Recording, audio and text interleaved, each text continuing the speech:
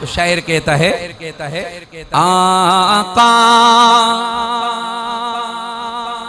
یہ میں نے بابری مسجد میں سنائی تھی، قاری صاحب کہتے ایسی آپ نے کہیں پہ بھی نہیں پڑھی، اب اللہ کرے ان کو یہاں پسند آ جائے۔ اپنی لسی تو ہر کسی کو میٹھی لگتی ہے ماشاءاللہ، اپنی لسی تو سب کو، قاری صاحب کی اپنی مسجد کی تو زیادہ مزہ ہے، تو لاشاری صاحب یہ آپ کی، آپ کو زیادہ مزہ آئے گا، کوئی مصروف ہوں گے۔ ہاں صلی اللہ ماشاءاللہ صلی اللہ علیہ، تو پڑھو گے میرے ساتھ جامپور والوں، مل کے کہو آقا تیرے آنے سے رنگ بدلا زمانے کا۔ میں آپ کو ایک اور بات بتاؤں، علماء موجود ہیں، بزرگ حضرات موجود ہیں، یہ نعت میں کیوں ہر جگہ پڑھتا ہوں اس کی وجہ بتا دیتا ہوں۔ میں نے مدینہ منورہ میں علماء کی ایک مجلس تھی، وہاں پر یہ نعت پڑھی، میں پھر پاکستان آیا، اللہ کی شان یہ ساتھی گواہ ہیں اس بات کے کہ ہم ایک ساتھ جا رہے تھے لاہور، تو خانیوال کہیں ہم رکے تھے، میرے مدینہ کے ایک عالم مولانا سلمان کا فون آیا، کہنے لگے مولوی صاحب آپ نے جو وہ نعت پڑھی تھی اس میں ایک شعر پڑھا تھا۔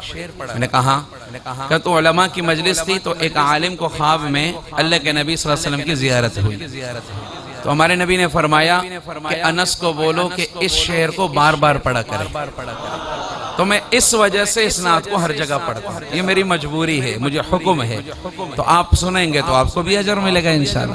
اور وہ شعر کون سا تھا میں اس کی تفسیر بیان کروں گا، پھر آپ کو سمجھ میں آئے گا انشاءاللہ، اس کی طرف اشارہ کروں گا۔ تو ایک بار سارے پڑھو ماشاءاللہ، بڑے مبارک مجلس سے سارے پڑھو میرے ساتھ۔ آقا تیرے آنے سے رنگ بدلا زمانے کا، آقا تیرے آنے سے رنگ بدلا زمانے کا، ہے بت سے گرا تیری ہر بت بت خانے کا،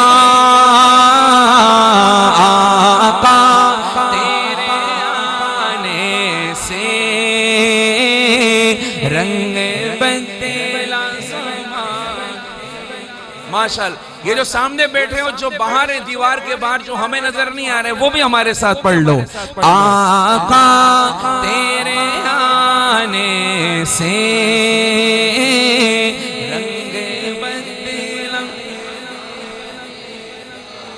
ایک بات یاد آئی، یہ بھی نعت ہے، ہمارے نبی نے جب اعلان نبوت کیا تو مکہ کی گلیوں میں گزر رہے تھے، تو ایک گھر سے رونے کی آواز آتی تھی، آپ جب گزرتے رونے کی آواز آتی۔ ایک دن آپ ٹھہر گئے، آپ نے دیکھا تو اندر کالے رنگ کا کالا غلام اور چکی پیس رہا ہے، رو رہا ہے۔ آپ نے فرمایا کیوں رو رہے ہو؟ دیکھو یہ تعلیمات سمجھنا، انسانیت کی قدر، وہ کلمہ گو نہیں تھا۔ آپ نے کیوں رو رہے ہو؟ کہنے لگا تھک گیا ہوں، دن بھر کام کراتا ہے میرا مالک مجھ پر، رات کو میں سونے آتا ہوں، یہ گندم رکھ لیتا ہے، کہتے چکی پیسو، مجھے برسوں سے آرام نہیں ملا، اب رو ہی رہا ہوں، کیا کر سکتا ہوں؟ ہم غلام ہیں، ہماری کوئی نہیں سنتا، ہم حق پہ بھی ہوں پھر بھی نہیں سنتا، تو اب رو ہی رہا ہوں، میں کس کو کہوں؟ آپ نے فرمایا میں تمہارے مالک کو سفارش کروں گا، شاید وہ میری بات نہ مانے، چلو میں تمہاری جگہ میں چکی پیس لیتا ہوں، تم آرام کر لو۔ اس نے کہا اچھا، وہ اتنا خوش ہوا، سو گیا، لیٹتے ہی سو گیا۔ آپ نے پوری چکی پیسی، فارغ ہوئے، خاموشی سے چلے گئے، وہ سوتا رہا۔ اگلے دن پھر آپ گئے، وہ چکی پیس رہا تھا، آپ نے کہا آرام کرو، پھر چکی پی۔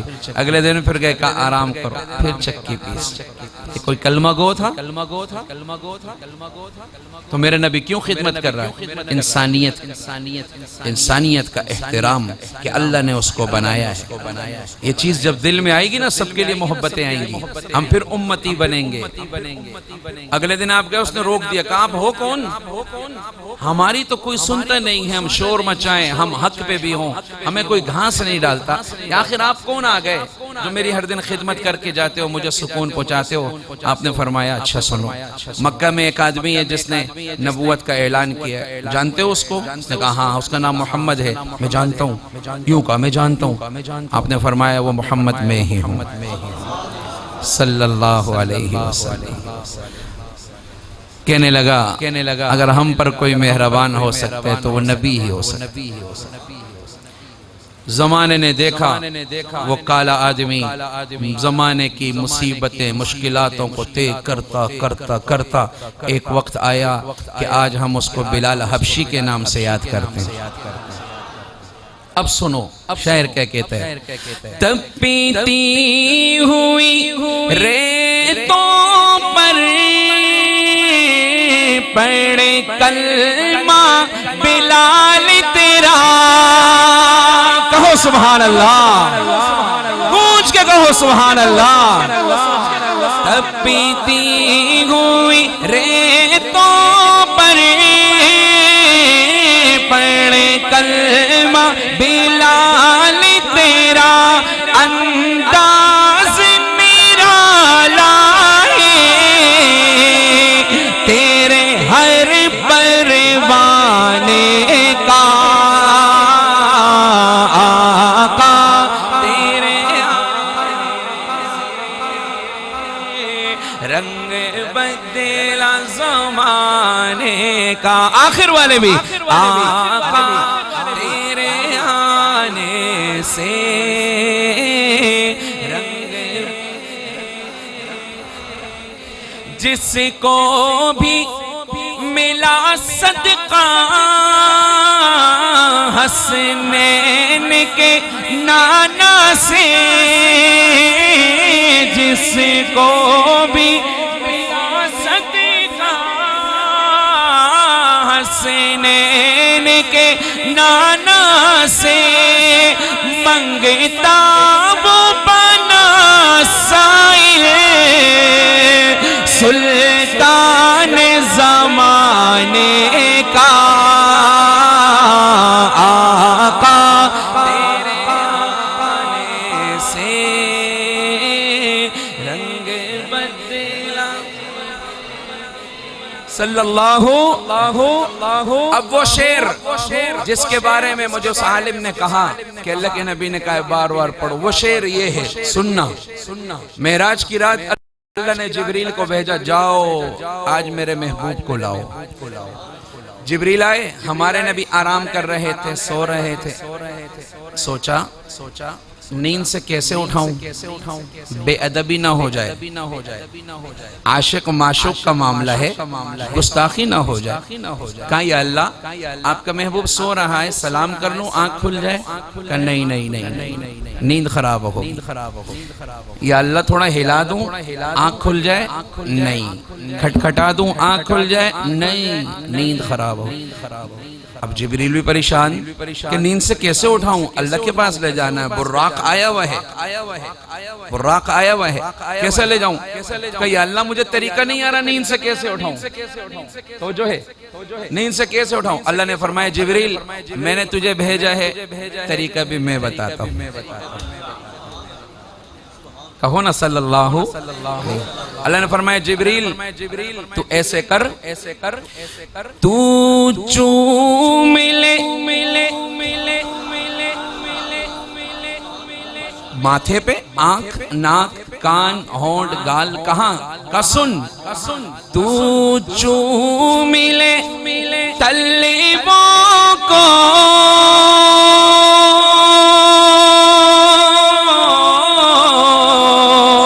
کافوری ہونٹوں سے. پھر کہو سبحان اللہ. تو چوم لے طلبوں کو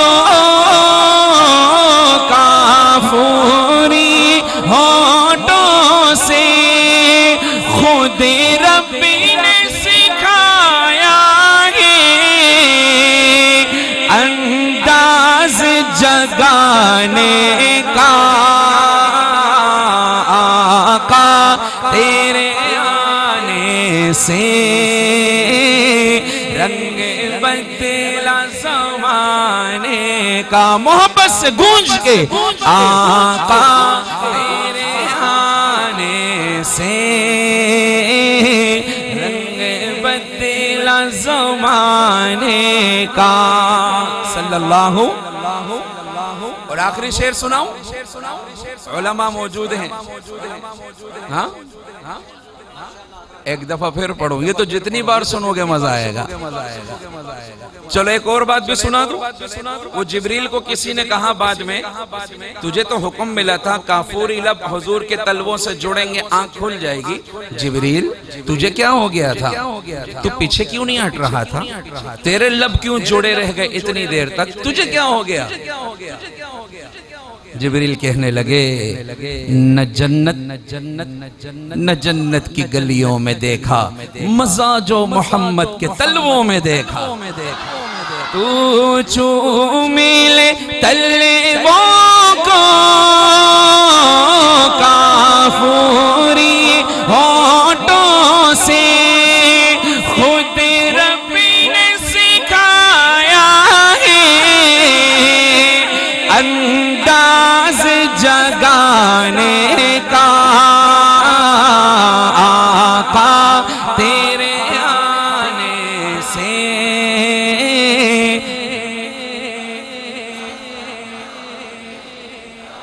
اب آخری شعر سننا، دل پہ ہاتھ رکھ کے سننا۔ اس شعر میں میرا اللہ اپنے حبیب کو تسلی دے رہا ہے۔ تسلی کے الفاظ سنا رہا ہوں، جامپور والوں یہ یاد بھی کر لینا، آج تک حشر کے میدان کا جو فلسفہ ہمارے ذہنوں میں ہے وہ بدل جائے گا عجیب طریقے سے۔ شعر سننا، اللہ تسلی دے رہے، الفاظ کیا ہے؟ محبوب صلی اللہ محبوب نغم کرنا سر حشر تو امت کا، محبوب نغم کرنا سر حشر تو امت کا۔ کیوں؟ محشر تو بہانہ ہے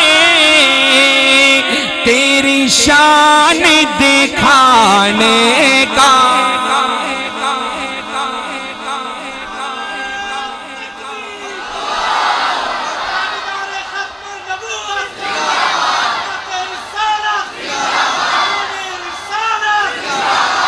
محشر تو بہانہ ہے